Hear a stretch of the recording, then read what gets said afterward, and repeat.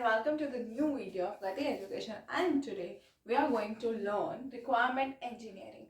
We'll understand what requirement engineering is and thereafter we'll discuss its types, and not wasting much time for the overview, and let us just start the video. So what is requirement engineering? So as you can see, I have written something here, that is, we can take it as a layman definition of what requirement engineering means.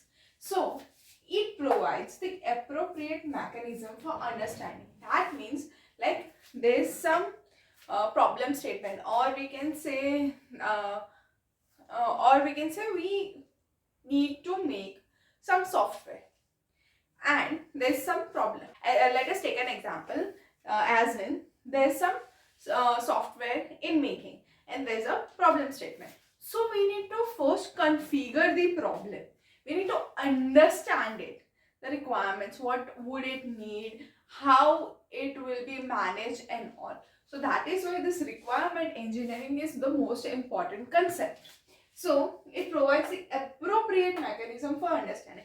We, of course, before working on a software, we need to understand the building and the possibilities, the feasibilities and everything correctly. So this concept helps us to understand the requirements more appropriately. So these are some things which are there in requirement engineering, that is what customer wants.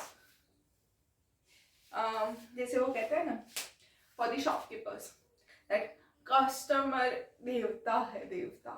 So just like that, for we engineers also, when we need to make a software, the client whom we are working with, we should have a good communication so that we can understand what exactly the customer wants. उनको चाहिए क्या? We need to clear with that. Thereafter, it helps us to analyze the needs of the software, needs of the customer's requirement and all. Thereafter, finding the proper solution. We have a problem statement. We need to anyway find the solution to make that software. So we need to find the proper solution which is appropriate and which will go with the requirements of the customer. And thereafter, we need to state the solution without any confusion. That means, like, ambiguity should not be there. Unambiguous solution should be there. And validating the specification, whatever we are specifying, we need to validate that like concurrently, and then we need to manage whole requirements we have listed out, analyzed and all, and thereafter we have already validated. So now we need to manage everything. So this is what happens in requirement engineering. Now there are two types of it. Like, requirement engineering falls into two different categories. First is functional and second is non-functional. So now we'll go beneath the topic and we'll understand what functional requirements means and what non-functional requirement means, and what sort of problem statement has functional requirements and non-functional requirements. We'll bifurcate that with one example too. This is the bifurcation between the functional requirements and the non-functional requirements. The functional requirement means any requirement which states what the system should do. Like, whatever system it is, whatever that system will be doing will be specified in the functional requirements. And non-functional requirement means any requirement which specifies how the system performs a certain task. That means, if we talk about the functional requirement, it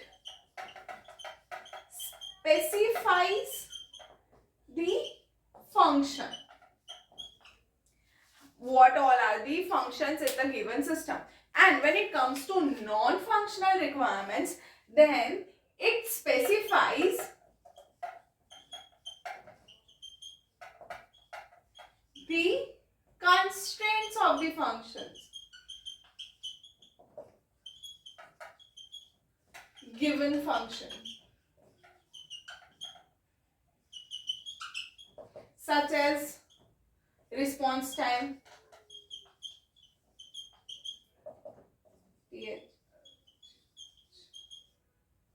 throughput, then resource management.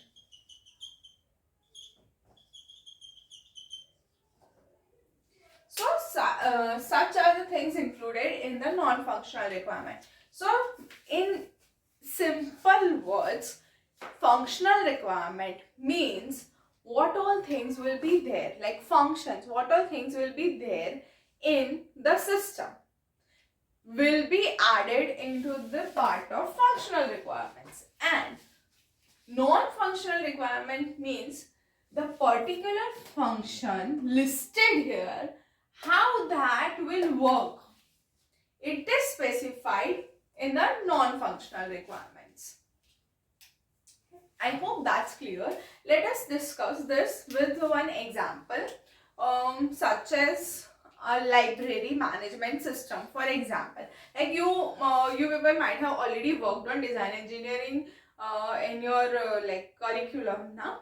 So over there you might have worked on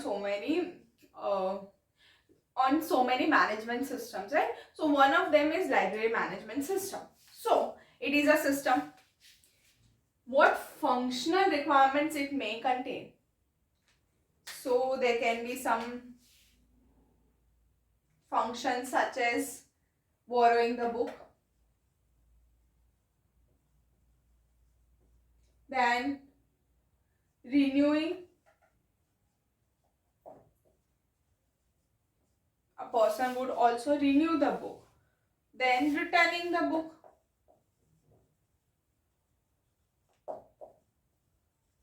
All such things, like what a library management system should need, can be discussed or listed. The requirements what are needed for the system can be listed here in the functional requirement part. Now, how all these functions, there are different functions. I have only listed only 3. There can be plenty depending on the system and its requirement, right? So here I have mentioned 3: borrowing the book, renewing the book, and returning the book. So these are the 3 different functions on which non-functional requirement will work. This non-functional requirement means it will specify the given tasks. So यहाँ पे like they have given some work in the functional requirement. How these functions will work in some way that will be discussed and listed here in the non-functional requirement. For example, if we take the same example, that is library management system, what all things can be listed here? Let us discuss non-functional requirements for the same example, that is library management system. Can be like borrowing the book, renewing the book, returning the book. Here one of the function can be like logging in. So for then login or sign up. For signing up, we need to give some information to the software. So that can be one of the constraint, that is security